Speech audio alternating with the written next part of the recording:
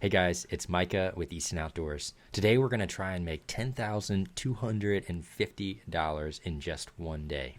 It's already a tight timeline to install a 325 square foot patio, and I already have three things I'm concerned about. Matching the grade to the bottom of the steps, the irrigation that's running through here, and then we might hit some groundwater because the yard is really soggy. So the first thing we need to do is excavate and get the soil out of the way. We're going to have about 5 inches of gravel, and our pavers are about 2.5 inches tall. So we want to make sure when we're picking our grade and depth that the stair treads match.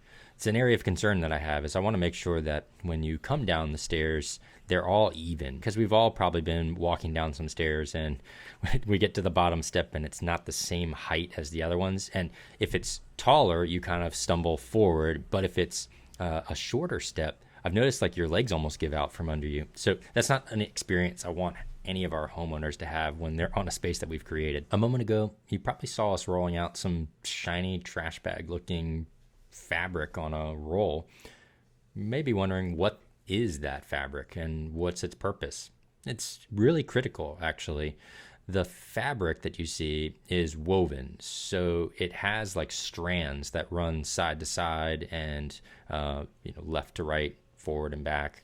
And what it does is it supports the gravel, but more importantly, it keeps the dirt that the gravel is sitting on from infiltrating the gravel. If the gravel was to be infiltrated with soil, it can kind of sink, and then the patio can settle over the years, and then the pavers get uneven and our patio doesn't look great. So by putting this trash bag looking fabric down, we're essentially protecting our base and we're allowing our pavers to last longer.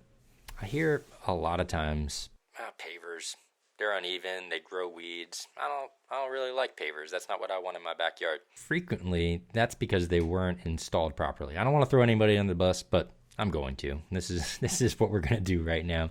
So if you have pavers that are uneven and they have weeds growing in them, they were not installed correctly. Either that or they've just gotten past their lifetime, and lifetime should be 30 years. We're not talking about 5 years. They should look good. They should look good for a long time. So what does proper paver installation look like? Well, you've already seen our trash bag going down on the ground. The next step is putting a proper base in. And what that base looks like is using a gravel that compacts very well and can support the weight of people walking on it and vehicles driving on it, and can support all your kids' toys and anything else that's going to happen on this patio. The way we do that is we lay out 4 or so inches of number 57. I know that's a technical term, but 57 essentially is just saying what the size of the rock is. So 5/7 of an inch across is what that means.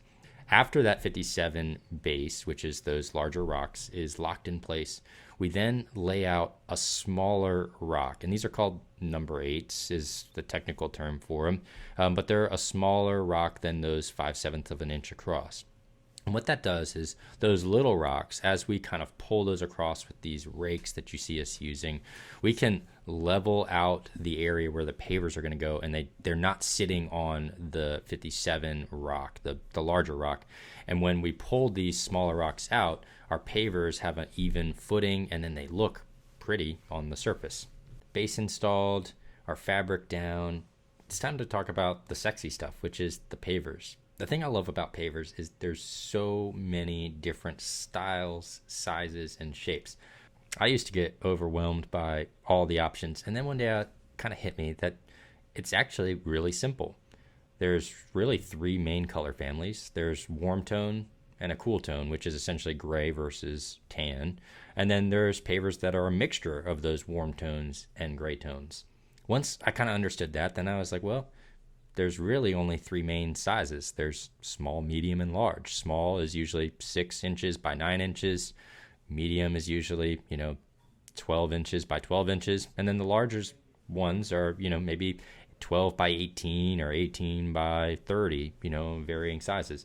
Once I understood and broke it down to the color and then the shape, the last thing is really just the texture that's on the surface. So there's pavers that are kind of smooth, and smooth doesn't necessarily mean slippery. It just means they don't have a texture. And then there's ones that have texture, and really they're just trying to make them look like natural rock. So they have clefts in them, like little divots, and kind of have some elevation, peaks and valleys. It's not so much that it would hurt your feet, but it's just slight variation in the texture on the surface of the paver.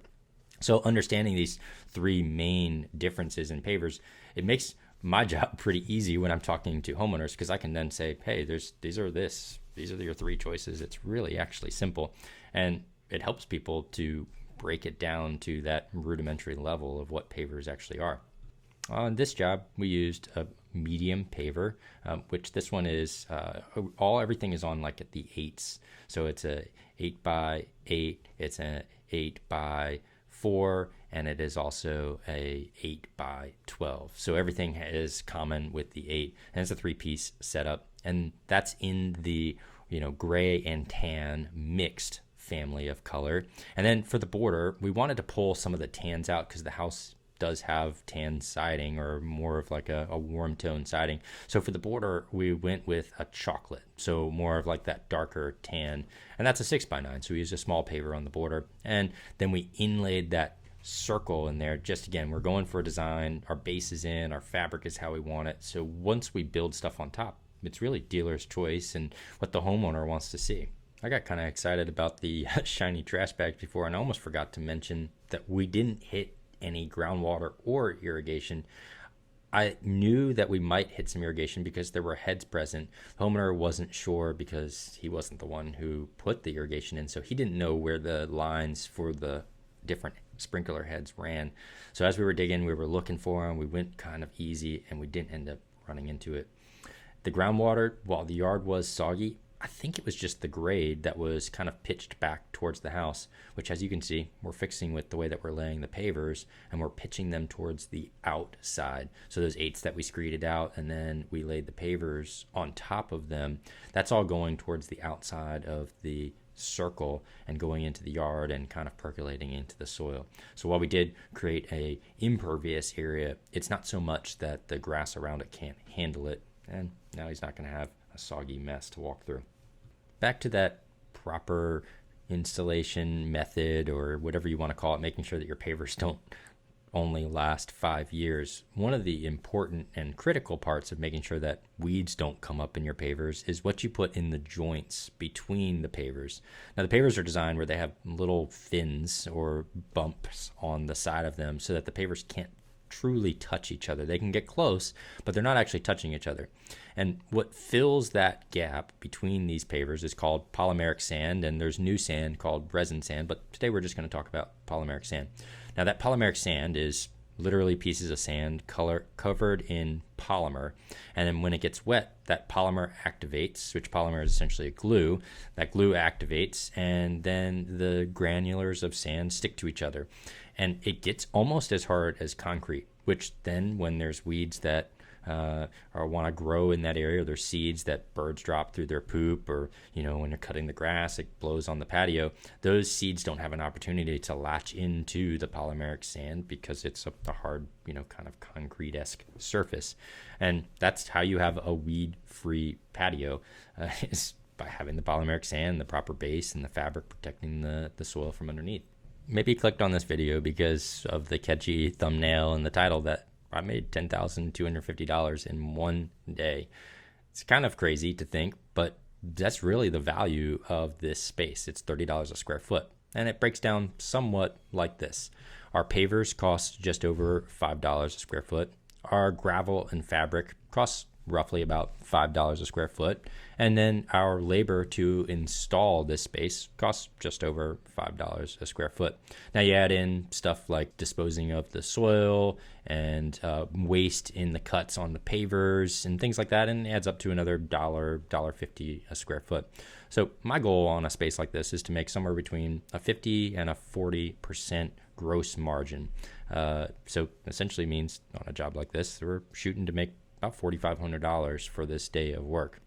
You might think that sounds like a lot, but when you really think about all the advertising and the overhead and the cost of creating this video even, those things all add up, and that's what goes into building a business and having a brand that can repeat something like this.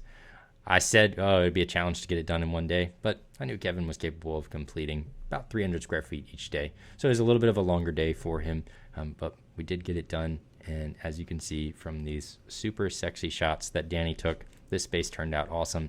And our homeowner now has an epic place to go sit It's not over the top. It's not too fancy. It's nothing crazy, but it's just what they needed. A place to put their fire pit, place for their grill. Got matching grade to the bottom of the steps so they don't trip when they're falling. That's it for now. Thanks for watching, guys.